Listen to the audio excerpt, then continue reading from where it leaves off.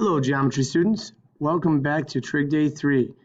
Today we're going to start with two warm-up problems. One, finding a missing side. One, finding a missing angle. Then we will take that and apply it to two complete problems. Okay? So let's take a look at this first problem.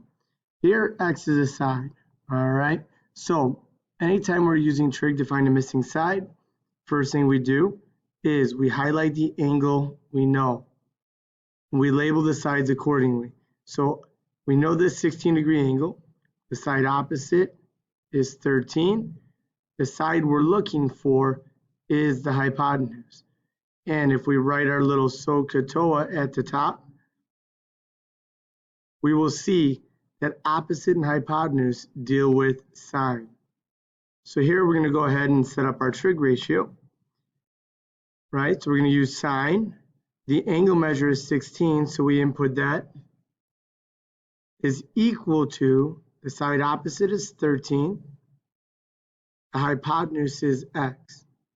Now remember, it's almost like solving a proportion. We're technically cross multiplying here, but if we forget to solve for x, we basically can multiply by the denominator. That gets the x out of the denominator, and then we can go ahead and divide by sine of 16. Remember, sine of 16 is a numerical value, right? It's going to be an ugly decimal.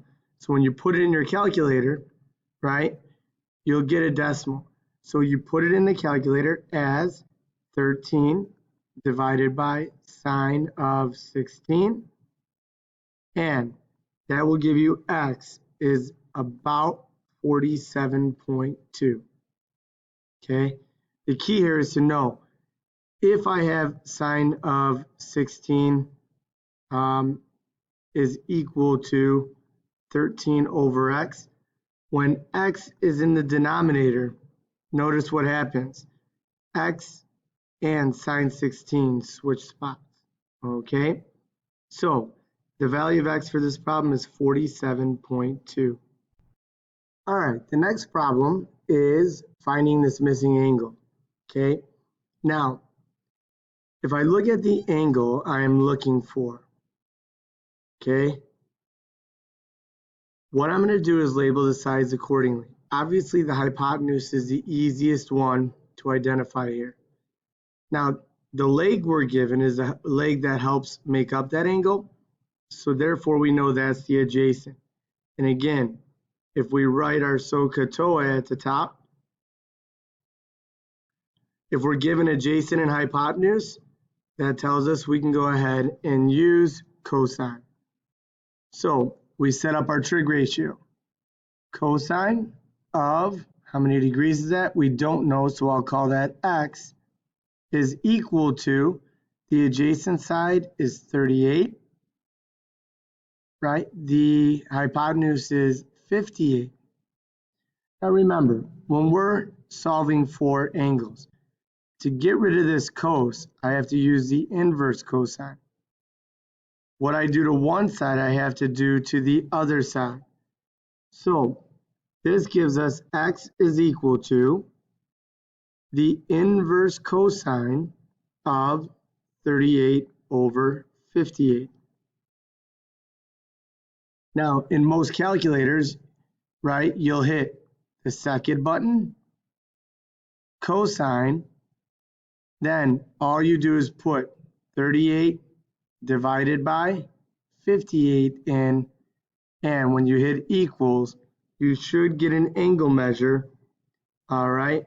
That angle is approximately, and we round angles to the nearest degree, and it's approximately 49 degrees. Okay, so again, when we're finding angles, we use the inverse sine, cosine, or tangent. All right, welcome back. And looking at problem number 3, all right, any approach you take to these, remember, if we're looking for a missing side, or angle, we want to use the exact measurements. We don't want to use any rounded measurements. So when I first look at this problem, it's asking me to find the measure of angle, or sorry, the measure of RS, the measure of angle R, and the measure of angle T. Anytime I'm given two sides, I don't want to use trig to find the third side because it'll be a rounded value. So anytime I know two sides of a right triangle, what do I use to find the third? I can use Pythagorean theorem. So to find RS, I'm going to go leg squared, so RS squared, plus leg squared, which is 25 squared, equals 32 squared. Now, when I go to solve for RS here, RS squared plus 25 squared, which is 625, equals 32 squared, which is 1024. So subtract 625, you get 399. And when you take the square root of that, RS is equal to the square root of 399. Now, we should look to see if that can be simplified, and just for time's sake, that cannot be simplified.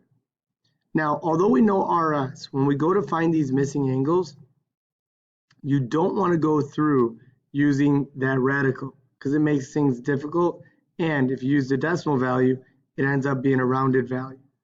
So let's go and find one of the angles. Sorry, I got interrupted there. So let's get back to finding the angles. So it doesn't matter what angle I find first, okay? So I'm going to pick angle T. And from angle T, I'm going to label the given sides. So this side is the adjacent side. This side is the hypotenuse.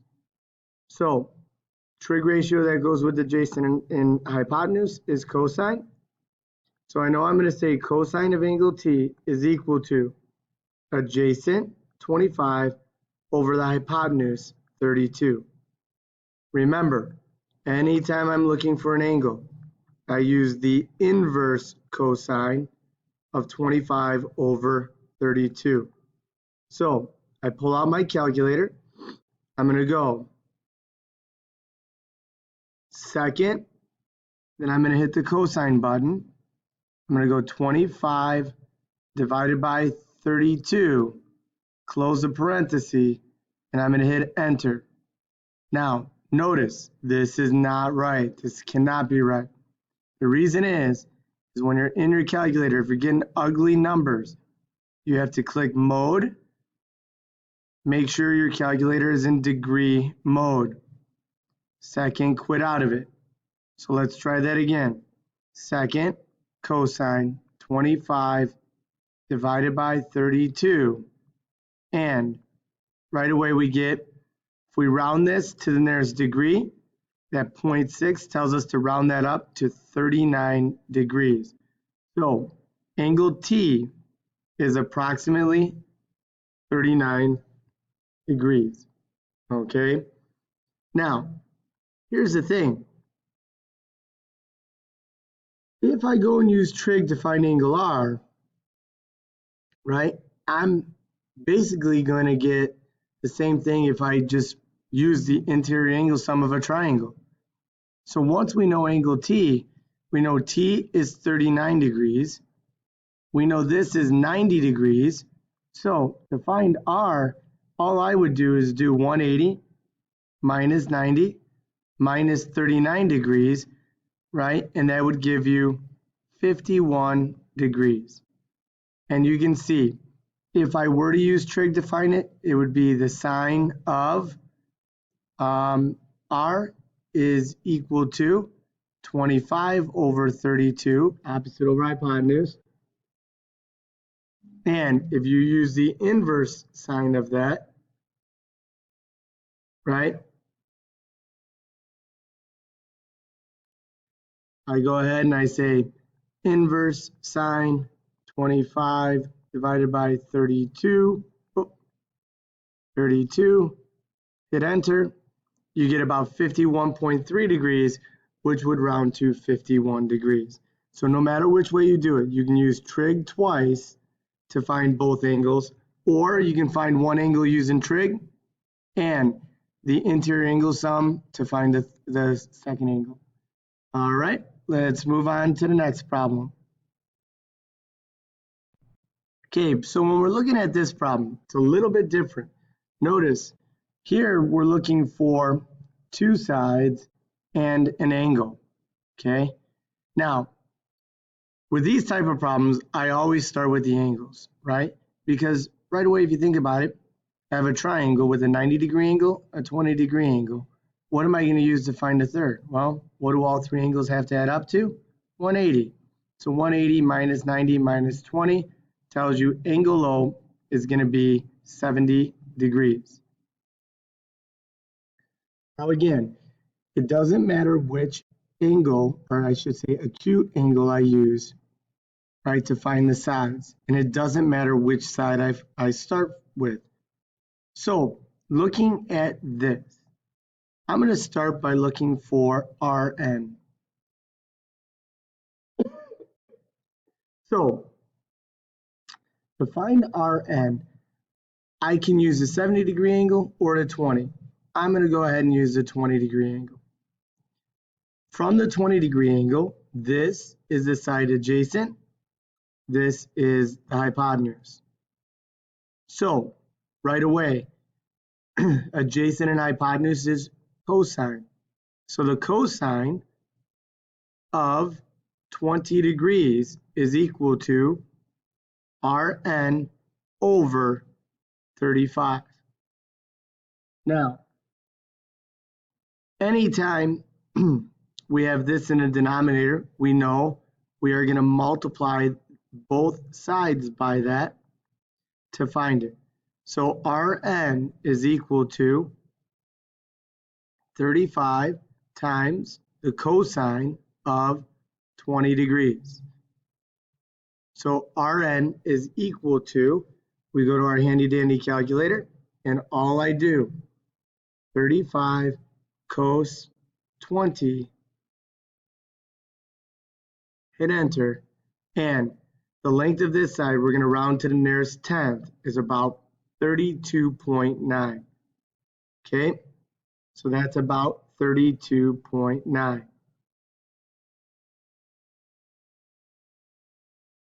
Now, for RO, some people might be saying, well, now that we have Rn and then we know NO, can't we just use Pythagorean theorem? Yes, you are correct, but the only thing is, when we found the length of this side, we rounded it. If we do not have to use any rounded measurements to find the measurement of another segment or angle, please do not. So what we're actually going to do is just use trig again, right?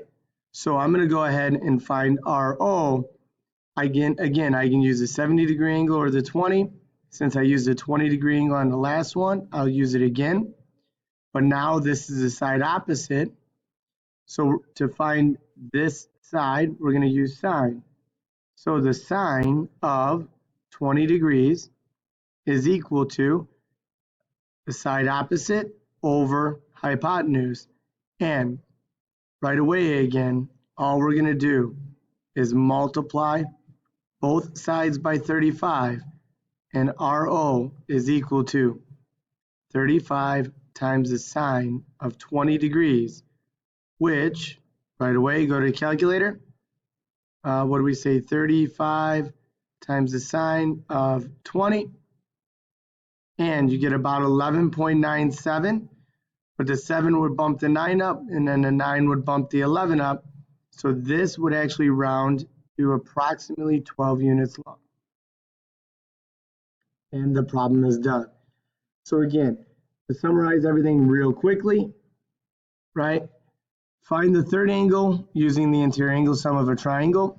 Then use one of the acute angles to find one side, and then use the other or sorry, use an acute angle to find the other side using trig. Thank you very much.